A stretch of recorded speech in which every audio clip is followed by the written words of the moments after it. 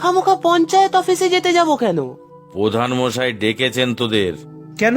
আমরা কি করেছি? কারোর সাথে পাচ্ছে নেই আমরা, শুধু শুধু যাব কেন? শুধু শুধু কোথায়? ওনারা আমার বাপের সম্পত্তির কথা জিজ্ঞাসা করলেন, আমি বললাম সেই সম্পত্তির কথা। দাদুর সম্পত্তি? সেটা কোথায়? দাদুর সম্পত্তি পেলে তো আমাদের পুয়া বাড়ো, সারা জীবনের জন্য নিশ্চিন্ত। কবে পাবো বলো? সে আমি জানি না, করিম চাচা জানেন। তিনি যেতে বললেন কাল সকালে। কি যাবি তো তোরা? যাব যাব, সম্পত্তি বলে কথা। দাদুর সম্পত্তি যাব না মানে?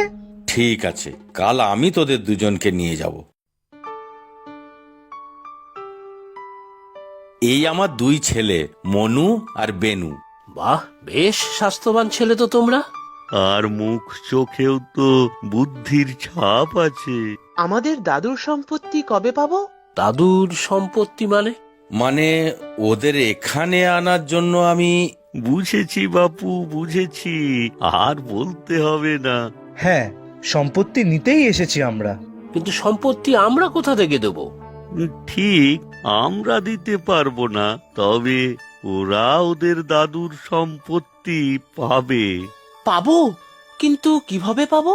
সেটা তোমাদেরই খুঁজে নিতে হবে, উদ্ধার করতে হবে। তা আমরা খুঁজবো কোথায়? তোমাদের দাদুর জমিতে, যেটা এখন আগাছা ভরে জঙ্গল হয়ে গেছে। কাল সকালে তোমরা সেখানে যাবে, দুজনে মিলে খুঁজবে। দাদুর রাখা কিছু পাবে সেখানে। কি পাবো? সম্পত্তি? সে তো বাপু আমি জানি না, তোমাদেরই উদ্ধার করতে হবে, বুদ্ধি লাগিয়ে, পরিশ্রম করে। চল চল দাদা, খুঁজে দেখি কি সম্পত্তি রেখে গিয়েছে দাদু আমাদের জন্যে।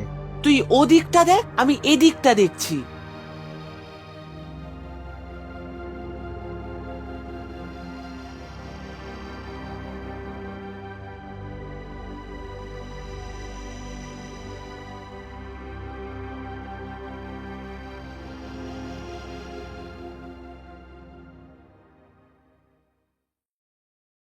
কিরে বেনু, কিছু পেলি?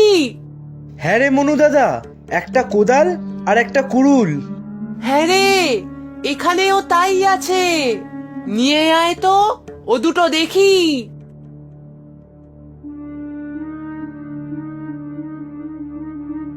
কোদাল আর কুড়াল, নিশ্চয়ই মাটির নিচে সম্পত্তি পুঁতে রাখা আছে। হ্যাঁ দাদা, ঠিক বলেছিস রে। চল চল, কোদাল দিয়ে আগাছা পরিষ্কার করে নেই। তারপর কোদাল দিয়ে মাটি কেটে দেখতে হবে। উফ, এত পরিশ্রমের কাজ দাদা, আমরা তো কোনোদিন পরিশ্রম করিনি। সম্পত্তি পেতে হলে আমাদের একটু পরিশ্রম তো করতে হবেই ভাই। বাবা দেখিস না, রোজ কত পরিশ্রম করে। আর আমরা একদিন করতে পারবো না? ঠিক পারবো।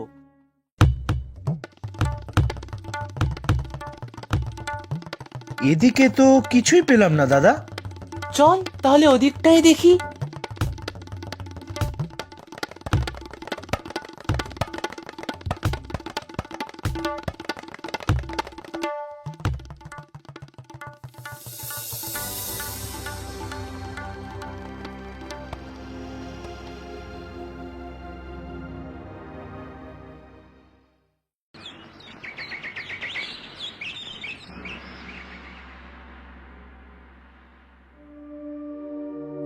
এসো এসো, আমি আগেই জানতাম তোমরা সাত সকালেই চলে আসবে।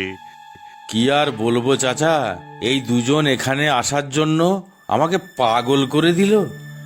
কেন, কি হয়েছে? দুজনে এখানে আসার জন্য উতলা তো।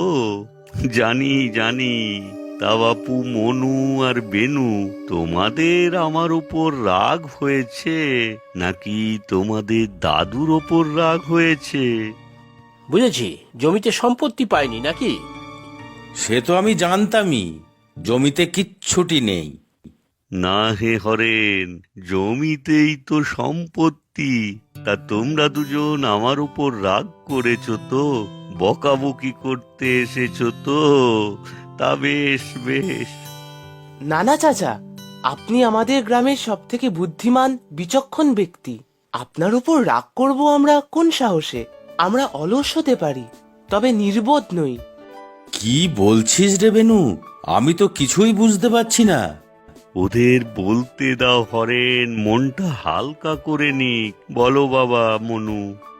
আমি আর বেনু কাল সারাটা দিন রোদ মাথায় নিয়ে মাঠের আগাছা পরিষ্কার করেছি।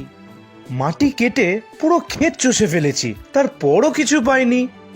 প্রথমে দুজনেরই মাথা গরম হয়ে গিয়েছিল, মনে হচ্ছিল ছুটে গিয়ে আপনাকে এসে ধরি। তারপর কি হলো বাপু? তারপর দুজনেই ক্লান্ত হয়ে গাছের তলায় বসেছিলাম।